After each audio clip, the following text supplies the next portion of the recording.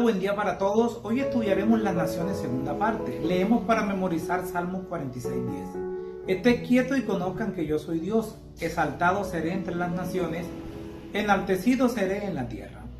A lo largo de los siglos, algunas personas han sostenido que Dios quería que la humanidad cayera en pecado y muriera, y que por eso la llevó a la cruz en la persona de Jesús, para mostrar así de una manera insuperablemente gráfica y poderosa su amor por ella. En resumen, Dios necesitaba, según esa idea, que la humanidad cayera. Esa es una postura horrible. Nunca fue la intención de Dios que Satanás o la humanidad cayeran. La rebelión de Satanás y luego de la humanidad fue una tragedia de inmensas consecuencias. En primer mandamiento, el jardín del Edén era un aula para el primer pueblo de Dios, un lugar donde su interacción con la creación le enseñaría sin cesar a ellos y a su descendencia más acerca del Creador. La santa pareja eran no solo hijos bajo el cuidado paternal de Dios, sino también estudiantes que recibían instrucciones de parte del Creador omnisciente. El verbo hebreo mandar aparece por primera en la Biblia como parte de la orden dada por Dios a los seres humanos, de no comer del árbol del conocimiento del bien y del mal. Génesis capítulo 2, versículo 16. Según las Escrituras, Dios pretendía educar a su pueblo cabalmente y evitarle el sufrimiento que algunos conocimientos le causarían a lo largo plazo, como lo que sucedería más tarde cuando el pueblo eligió gobernarse a sí mismo en lugar de ser gobernado por el propio Señor. Milenios después, cuando Israel pidió un rey, el Señor expuso las consecuencias de ello. A medida que los reyes de Israel se volvieron cada vez más malvados, el pueblo del pacto se volvió tan mundano y alejado del propósito de Dios que Él les dio aún más de lo que querían: un gobierno pagano. Acercarse al libro de Daniel con este trasfondo en mente puede ser esclarecedor.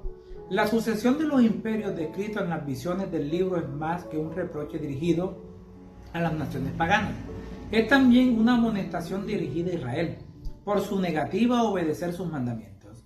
Los siglos de sometimiento, en lugar de la libertad de la que el pueblo de Dios disfrutó originalmente en Edén, se convertían en una nueva aula donde los corazones dispuestos podrían observar el sorprendente contraste existente entre los reinos de este mundo y el reino de Dios. Daniel 2, Dios presentó las descripciones más convincentes acerca de la relación entre su pueblo y los reinos de este mundo durante el cautiverio en Babilonia y por medio del profeta Daniel. Su pueblo ya no era autónomo y ahora cosecharía las consecuencias de sus elecciones. En Daniel 2, donde se ofrece una visión panorámica de la historia del mundo hasta el fin de los tiempos y a finales del siglo XIX, muchas personas mostraban una renovada confianza en el progreso humano.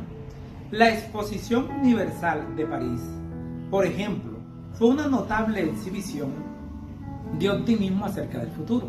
Seguramente con todos esos avances tecnológicos y científicos, muchos de los peores problemas de la humanidad llegaría a su fin. A medida que la humanidad se adentraba en el siglo XX, cundía entre muchos pensadores el optimismo de los ideales de la Ilustración, como la perfectibilidad humana y el poder de la razón. Marcarían el comienzo de una nueva y maravillosa era para la humanidad. Sin embargo, la Primera Guerra Mundial acabó rápidamente con esos sueños. Mientras que a finales del siglo XX habíamos perdido más de 200 millones de personas a causa de la guerra, puede que hayamos avanzado tecnológicamente, pero no moralmente. Muchos estudiosos de la profecía han notado que los metales de la imagen de Daniel 2 siguen un patrón de devaluación progresiva, que va desde lo más valioso a lo menos valor.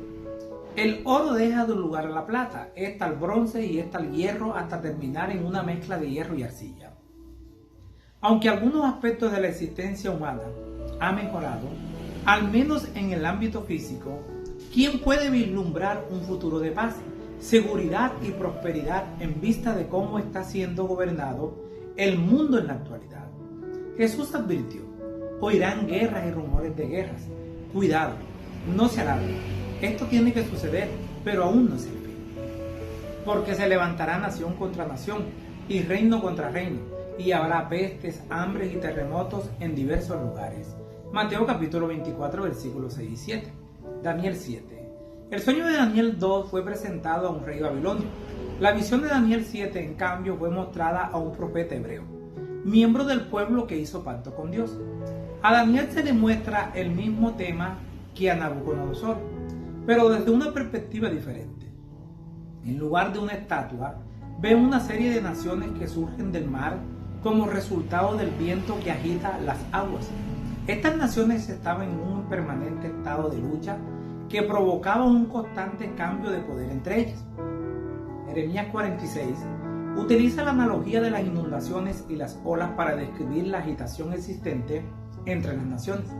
Por el contrario, la tierra prometida permaneció, al menos durante un tiempo, como una isla de paz y seguridad en medio de un mar de reinos paganos, como una nación santa establecida sobre los sólidos cimientos del gobierno de Dios, en contraste con las convulsionadas naciones que la rodeaban. Daniel observa el caos de las luchas paganas desde la orilla, cuando de repente las bestias empiezan a aparecer en la tierra, en el territorio del pueblo de Dios.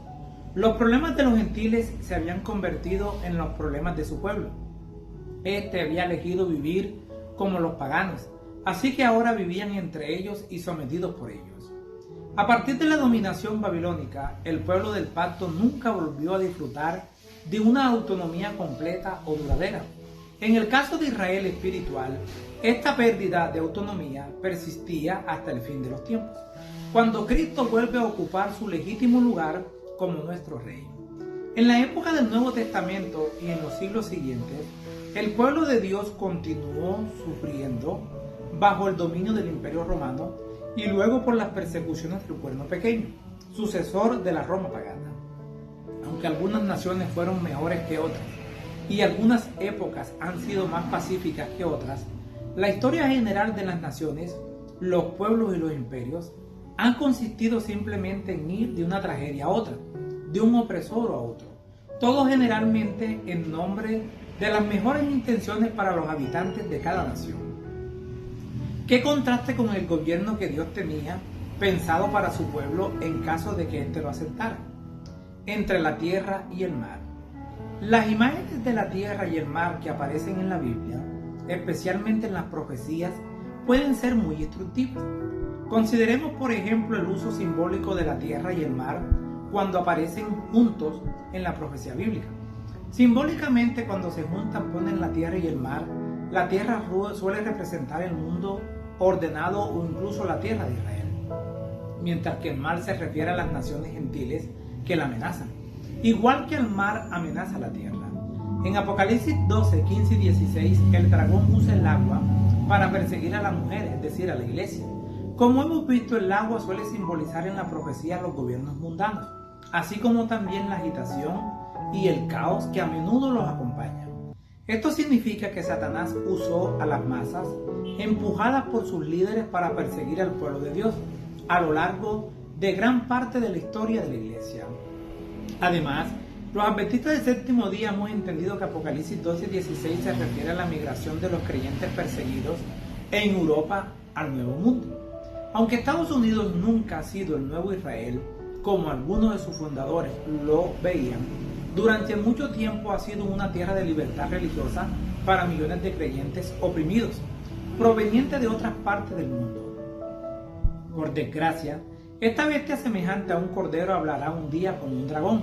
Apocalipsis 13:11. Estados Unidos, durante tanto tiempo un faro de libertad religiosa para los perseguidos, se convertirá en el perseguidor religioso dominante. Este es otro ejemplo de lo que sucede cuando la humanidad elige gobernarse a sí misma en lugar de ser gobernada por Dios. Profetizar de nuevo. La iglesia remanente nació en el Nuevo Mundo, precisamente donde se hallaron refugio quienes buscaban libertad religiosa durante los siglos XVII y XVIII.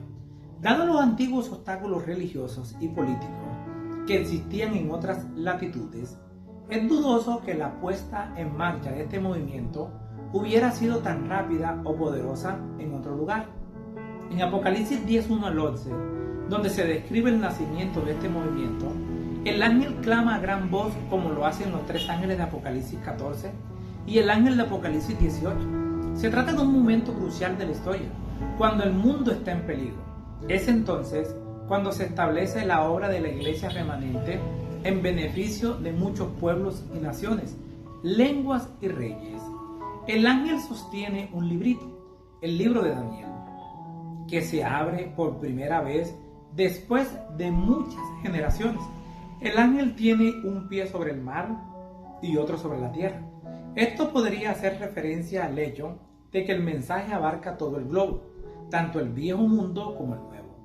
También podría ser una referencia a la idea de que este mensaje es para todas las naciones, para quienes viven en la tierra y quienes viven en el mar, gentil o pagano. El mundo será por fin iluminado con la gloria de Dios, y los mensajes finales de Apocalipsis 14 serán llevados a todos.